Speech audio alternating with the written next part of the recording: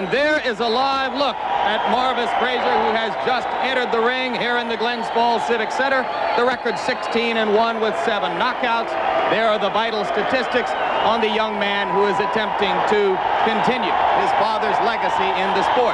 Now entering the ring, the local favorite, trains and lives in Catskill, New York, has fought so many of his bouts here in the Albany, Troy, New York area. Mike Tyson entering as the warrior, the characteristic no socks, no robe look.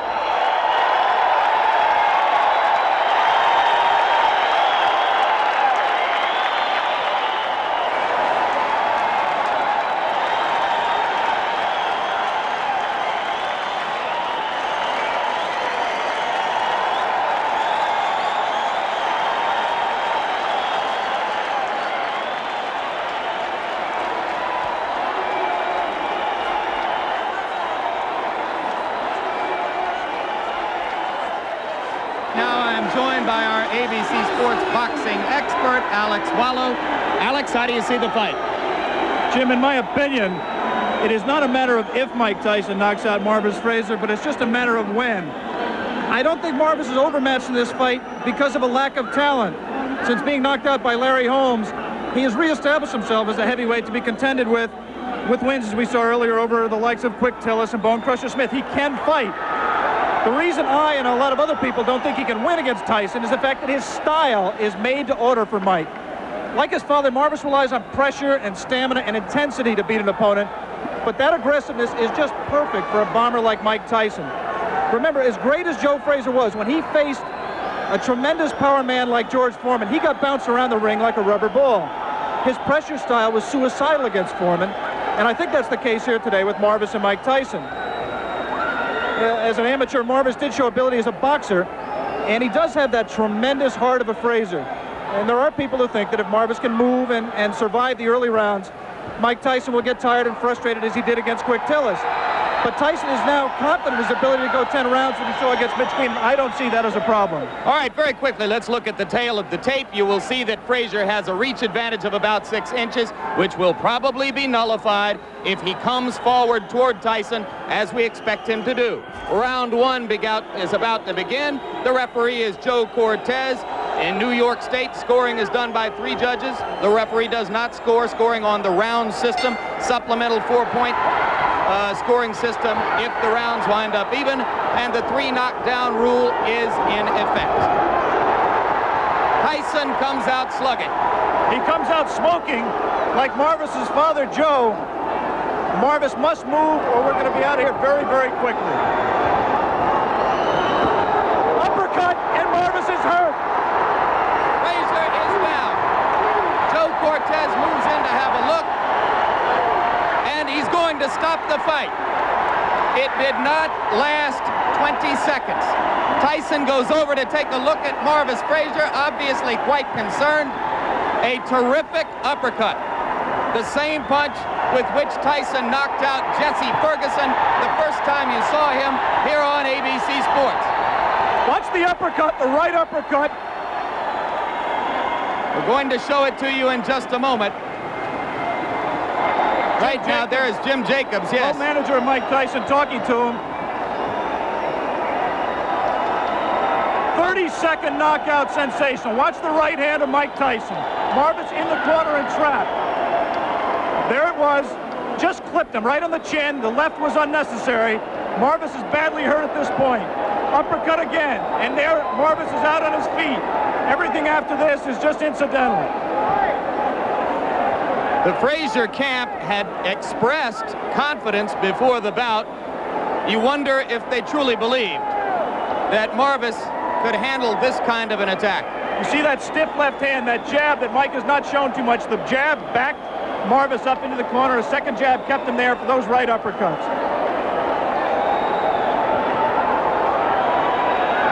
There will continue to be skepticism in some quarters regarding Tyson's stamina, his ability to take a punch, his technique in the ring.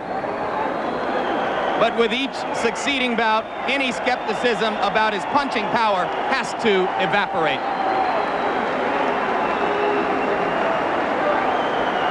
And the good news is I believe Marvis Frazier is standing up. There's a big crowd in that corner of the ring. Mike Tyson is going back over there now. We'll take another look live at what is happening in the ring after you finish seeing this third replay of the very quick knockout. As ring announcer Paul LaFleur announces the knockout, Mike Tyson gives his respects to Marvis Frazier.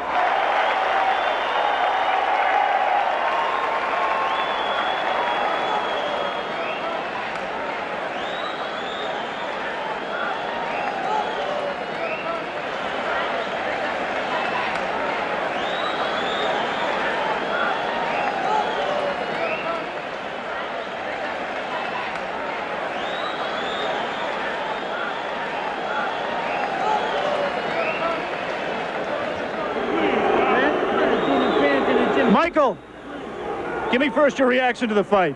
The fight, I was confident. I trained real hard with my trainer, Kevin Rooney, who I owe a great deal to. And I came out and I was confident. I knew the fight. I felt it deep in my heart. I was going to stop him in the first round. Did you know from watching tapes of him that you could hit him with the uppercut? No, that's my favorite punch. And I watched the time, and I knew from my trainer telling me as he throws his punches, he bends down. And I knew that would be perfect for my uppercut. I planned on working the body more, but I saw the opportunity, and it looked too good to go away. You stuck him back in that corner with the jab, Mike. Is that jab going to become a big part of your repertoire as you go along? Almost definitely. Me and my trainer have been working constantly on the jab. And as you say, I feel so confident, and I knew deep down in my blood that I was going to stop him in the first round. You said that you feel fear before a fight. Did you have any fear for this fight, and how do you deal with that fear? Well, I use the fear to reflect it on my opponent, because fear I use as my friend. It's my friend. If I don't have it, I don't fight. In your mind, if your managers Jim Jacobs and Bill Caton and your trainer Kevin Rooney came to you and said, Mike, we think you're ready for a title shot tomorrow, would you agree with them at this point? Most definitely. Anytime if my manager and my trainers feel that I'm confident and they're willing to put me in the title and they're sure I could beat the champion, I'm sure I could beat them also. Of the three champions, who would you like to fight and why? I'd fight anybody my trainer put me in with, because I'm confident I could beat any fighter in the world. What do you think of the three champions? They're all good fighters, because you have to be a good fighter. You can't take nothing away from them to become the champion. But I'm confident, I'm ready, and I'm ready when my trainer tells me. Good, Michael. Let's take a look at the replay of the knockout. We can almost play the entire fight in slow-mo. Here you're putting it back in the corner. There's the jab flicking out. Again the jab. And here comes the uppercut.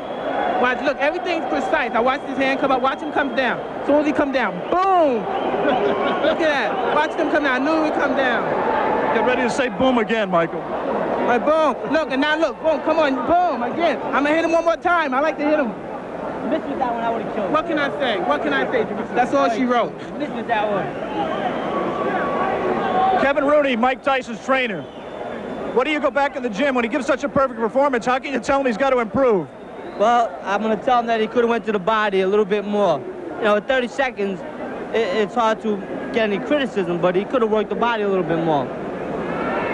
Tremendous uppercut. He looked sensational, Kevin. Congratulations to you. Thank you very much. He's ready. He's ready to fight anybody in the world. Let me talk to Jim Jacobs, the co-manager of Mike Tyson. Jim, first of all, quickly, is a Larry Holmes fight in the works as Mike's fight later this year? Oh, most definitely. It's a fight that when we meet with Larry and his people, we're going to work out the terms and conditions. That will be Tuesday of this week? Well, in the middle of the week, we're going to meet with him, yes, and it's something that we will work out for the future. Absolutely. Congratulations on a sensational showing by your fighter. Well, thanks Jim. Very much. Now let's go back down to Jim Lampley at ringside. Alex, the second defeat of Marvis Frazier's career, both of them one-round knockouts, one at the hands of a man who was heavyweight champion at that time.